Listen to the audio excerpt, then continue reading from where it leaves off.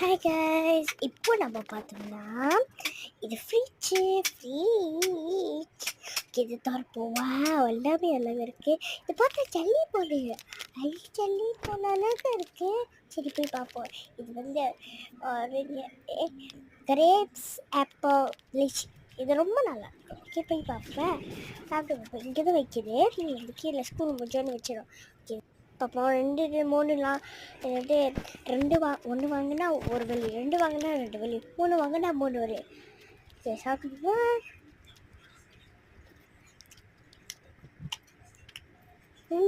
இருக்கு இல்லைண்ணா நம்ம இது சாப்பிட்டோம்.